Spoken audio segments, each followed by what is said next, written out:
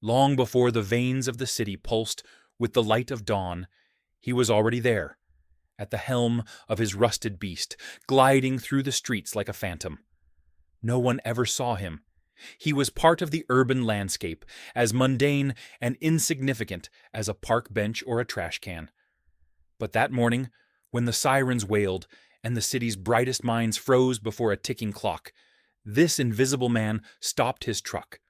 While everyone else ran, he walked toward the bomb. The police shouted at him to turn back, but he didn't listen, because he wasn't just seeing an imminent threat. He was seeing the final sentence of a riddle he himself had written 30 years ago. Welcome to the unspoken chapter. Before we open this chapter, tell us in the comments where you're watching from today. And if you believe the most important stories are the ones never told, hit that subscribe button and help us give them a voice. Chaos was a clinical antiseptic thing inside the police command center. It wasn't the chaos of the streets, but a quiet, strangling panic. It hummed from the servers, smelled of stale coffee and fear, and glowed from the wall of screens where dozens of feeds showed the same silent terror. A single backpack at the foot of the city's founders' monument in Victory Plaza. Chief Miller, a man whose career was built on a foundation of icy calm, felt a tremor in his hand as he reached for another cup of coffee he didn't want. He was a good chief, a man who knew procedure and personnel. But procedure had no answer for this. He saw the faces of his officers on the screen, their youth and uncertainty, a mirror of his own feeling of profound inadequacy. The weight of millions of lives felt like a physical pressure on his chest. "Talk to me, Thorne," Miller said, his voice a low command that barely concealed the strain. Commander Thorne, a man carved from granite and impatience, slammed a fist softly on the console. His SWAT team was the best in the state, trained for anything, except waiting. "The bomb squad is useless, Chief. They took one look with the drone and backed off. They say the internal wiring is a nightmare, nothing they've seen before.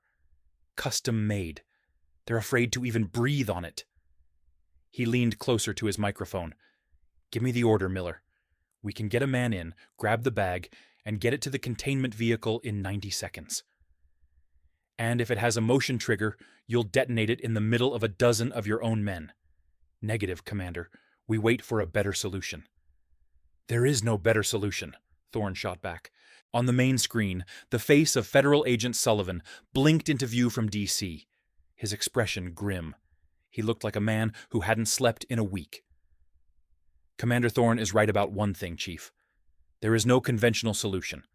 Our preliminary analysis suggests this device isn't just a weapon. It's a test. It's designed to be psychologically defeating. The energy signature is masked. The trigger mechanism appears to have multiple redundancies. This wasn't built by a terrorist. This was built by a genius." The word hung in the air, more frightening than any expletive.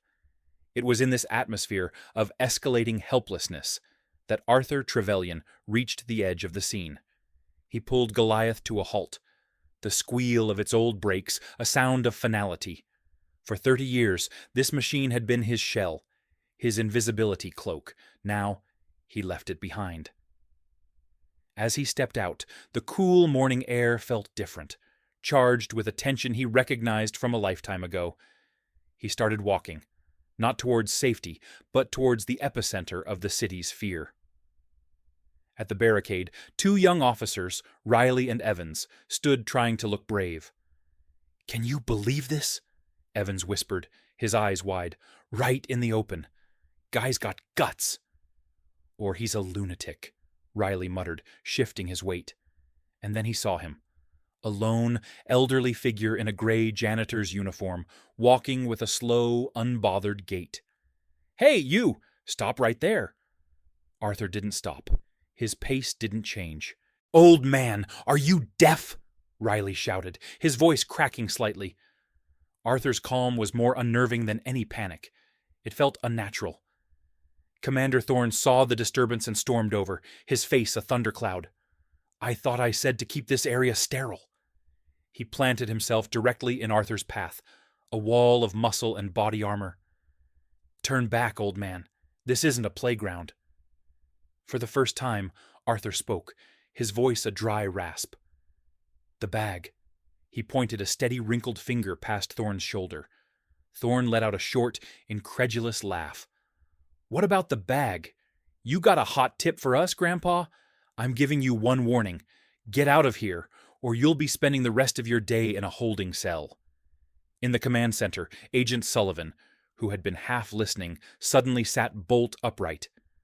Miller, that man, the one talking to Thorn, get me a close-up, now. The camera zoomed, filling the main screen with Arthur's impassive, weathered face. Computer, run facial recognition. Cross-reference, deep archives. Authorization Sullivan 77 Alpha. The frantic clicking of keys was the only sound. A few seconds passed. Then, on Sullivan's end, a file appeared. It was almost entirely blacked out, redacted with warnings of treason for unauthorized access. But there was a face. And a name. Oh my God, Sullivan breathed, leaning back as if struck. Miller, listen to me very carefully. You are in the presence of a ghost. Tell your commander to stand down. Do not touch that man. Do not speak to him unless spoken to. Clear a path. The man you have at your barricade. He doesn't officially exist. What are you talking about, Sullivan? Who is he? Sullivan's voice was now a whisper of pure awe. His name is Arthur Trevelyan. His call sign was Geist, and Chief, he is the last resort protocol. The order was relayed. Thorn, his face a mask of confusion and protest, fell silent at the raw command in Miller's voice. You heard me, Commander. Let him pass. Clear the way, now. The wall of SWAT officers melted away. Thorn found himself stepping aside, an unconscious gesture of deference to the man he had just threatened. He and his men watched, utterly baffled, as the old janitor walked past them, through the cordon, and into the terrifying silence of the empty plaza. Arthur's walk was a study in control. The world narrowed to the path ahead of him. He felt the weight of hundreds of eyes on his back, the distant thrum of the helicopters. He ignored it all. His mind was quiet, entering a state of focus he hadn't summoned in 3 decades. He wasn't a janitor anymore. He was Geist. He knelt. The bag looked cheap, disposable. He unzipped it. Inside, it was a Gordian knot of circuitry, a masterpiece of malice. Wires of colors he'd never seen, a humming power source, and a trigger mechanism linked to a barometric pressure sensor. A change in air pressure, even from a distant explosion, would set it off. From his belt, he pulled his tools, a small mirror, pliers, a wire stripper. The bomb squad leader, watching from a drone feed a mile away, spoke into his radio, his voice strained. Chief, what's he doing? His tools. They're not insulated. One wrong move, one static spark. Arthur worked with a surgical ballet of movement. He used the mirror to inspect the underside of the main board. His breathing was even, his hands as steady as the monument behind him. He didn't cut, he didn't disconnect. He began to rearrange. He moved wires, rerouted circuits, turning the bomb's own logic against itself. He's not disarming it, Chief, the bomb tech murmured, his voice filled with disbelief. He's reasoning with it. The clock fell below 1 minute, 00:59. Every screen in the command center was locked on Arthur's hands.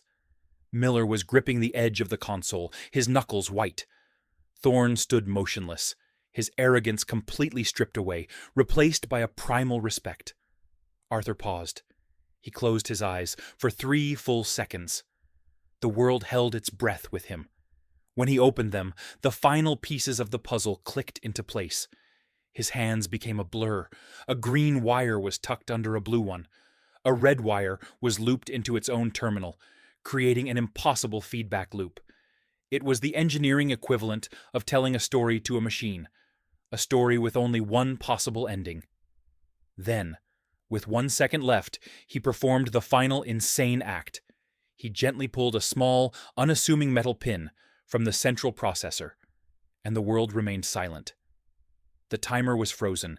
0001. An explosive cheer erupted in the command center. Men and women were on their feet, shouting, crying, embracing. But in the plaza, Arthur simply stood up. He tucked his tools away, zipped up the bag, and began his long walk back, leaving the now harmless bomb behind him, as if it were just another piece of trash. Agent Sullivan's voice filled the quiet aftermath in the command center.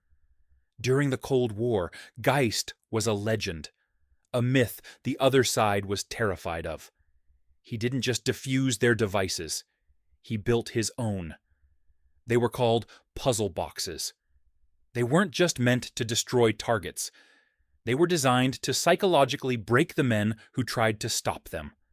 To analyze them was to go mad. That bomb was a copy of his masterpiece. When he retired, he vanished. The government erased him for his own protection. The last resort protocol was a theoretical contingency. If one of his puzzle boxes ever surfaced, he was the only person on Earth with the key. As Arthur reached the barricade, Chief Miller was there to meet him. 1,000 questions died on his lips. What could he possibly say to a man like this? Thank you, he managed, the words feeling small and inadequate. Arthur looked at him, his eyes holding a depth that seemed to contain all the silent, forgotten corners of history. Then he gave a single, slow, deliberate nod. It was the same nod he gave the baker, the security guard, the jogger. And with that, he climbed into Goliath and drove away, melting back into the gray anonymity of the dawn. The next day, the news spoke of an averted catastrophe, crediting an anonymous expert. But Officer Riley, the young cop from the barricade, saw the familiar street sweeper on its morning route. The day before, he'd seen a piece of the city's debris. Today, he saw a monument. He pulled his patrol car over, stepped out onto the sidewalk, and as Arthur's truck rumbled past, he drew himself to his full height and rendered a sharp, perfect salute. Arthur didn't see it, or pretended not to. He just kept driving. For true heroes don't seek the spotlight. They are the spotlight, even in the shadows. Their greatest legacy is the deep, meaningful silence of their actions. And from that day on, for a few people in that city, the sound of a street sweeper at dawn was no longer just noise, but the whisper of a promise. The sound of a silent guardian, still on duty. And so we ask you, who is the silent guardian in your life? The person you see every day, but never truly notice. Tell us their story in the comments below. Let's open the chapter they never wrote for themselves. Because here at the Unspoken Chapter, we believe the most profound histories are not found in books, but are hidden in the quiet dignity of a life of service. If this story moved you, subscribe and help us ensure these chapters are never erased by silence. Until the next one. The next time you see the person sweeping your street or cleaning your office, look a little closer. You might be standing in the presence of a legend.